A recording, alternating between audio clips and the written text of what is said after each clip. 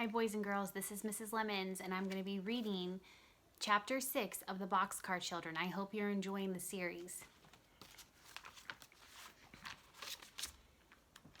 Chapter 6 is A Queer Noise in the Night. Now, when it says a queer noise in the night, queer means different or strange. So there's a strange sound that they hear in the night. Here we go.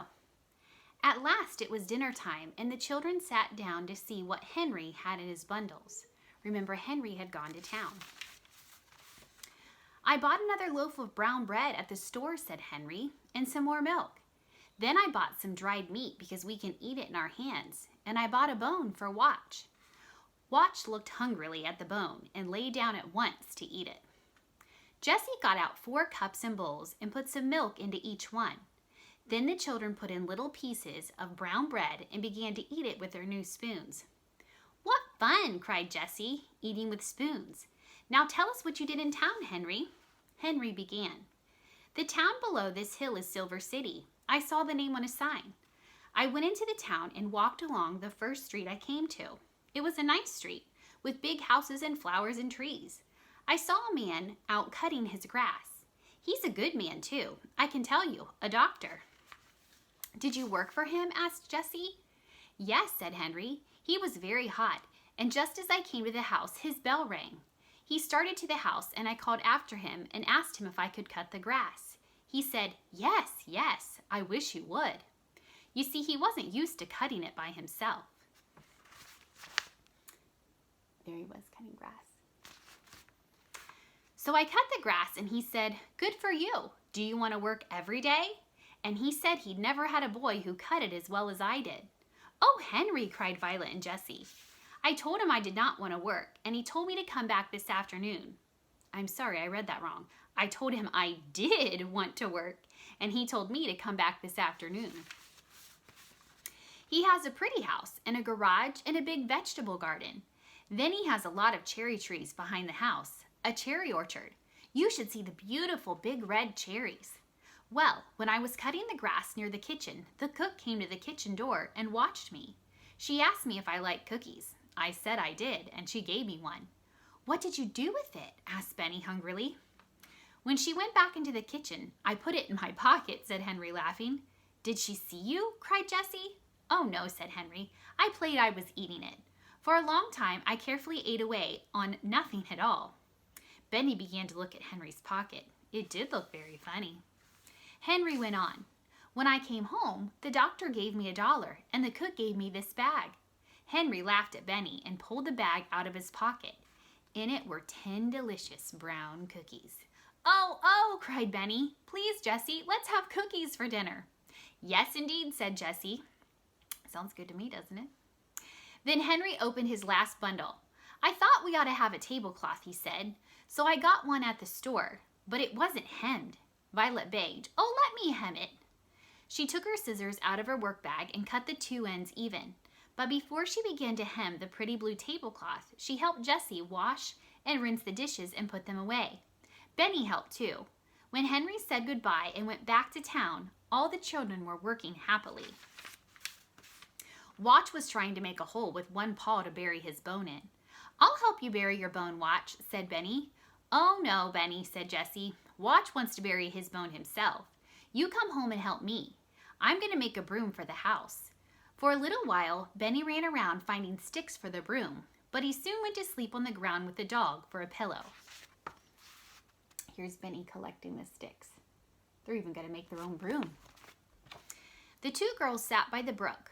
Violet was hemming the blue tablecloth, and Jessie making the broom with a long stick for a handle. When Henry came back at supper time, the broom with its long handle stood in the kitchen, and the new tablecloth was hemmed. Henry admired the broom and the tablecloth. Then he gave Jessie a small bundle. Oh, butter! Cried Jessie, her eyes shining. It was butter, yellow and sweet. The 4 children had not had any butter, for many days. At last they sat down to their fine supper. Now this spoon is a magic spoon, said Henry. Turn it around and use the handle, and it is a knife. He showed Benny how to put the butter on the brown bread with his magic knife. With dried meat, bread, and butter, and milk, and cookies, The children could not ask for a better supper. "What did you do this afternoon, Henry?" asked Jessie. "Well, I washed the doctor's car," said Henry. "Then I washed the walks and the windows. Tomorrow I'm going to work in the garden." Then he looked at the brook. Oh, how I would love to have a swim in that nice cold water. Henry was hot and sticky as he looked at the waterfall. "Maybe we could make a swimming pool," he said. "We could build a dam out of logs." "Oh, yes, we could," said Jessie. "Violet and I know where to find some logs and some big flat stones." "You do?" said Henry. "Yes," said Jessie. "They are not far away. And just a little way below, here is a pool now, with sand all around it, but it is not big enough to swim in."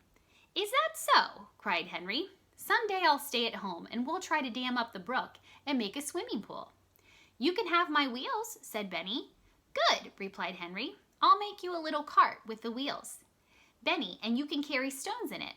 "Yes," said Benny, "I will." "Come now, we must go to bed," said Jessie. The children were all glad to go to bed. They stood on the stump and climbed into their new house, and they all went to sleep but Henry. He was thinking about the new swimming pool. All at once he saw that Watch was not asleep. Henry patted the dog and said, "Lie down, Watch." But Watch did not lie down. He began to growl softly.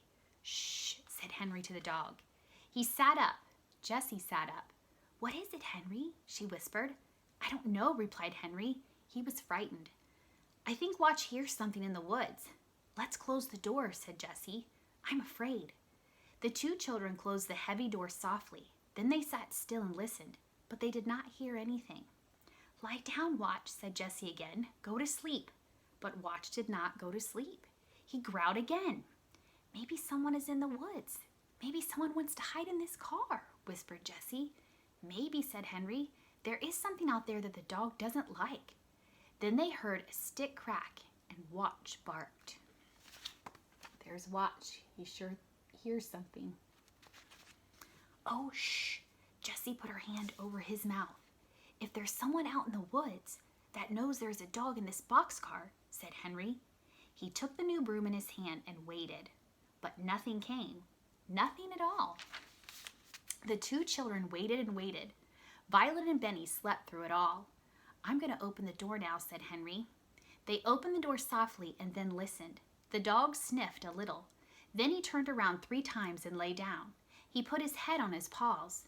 "It must be all right now," said Henry. "Watch knows. Maybe it was just a rabbit." So at last they all went to sleep and slept until morning. The next chapter, chapter 7, is called A Big Meal from Little Onions. And the next time we're together, I'll read that one. Have a great day.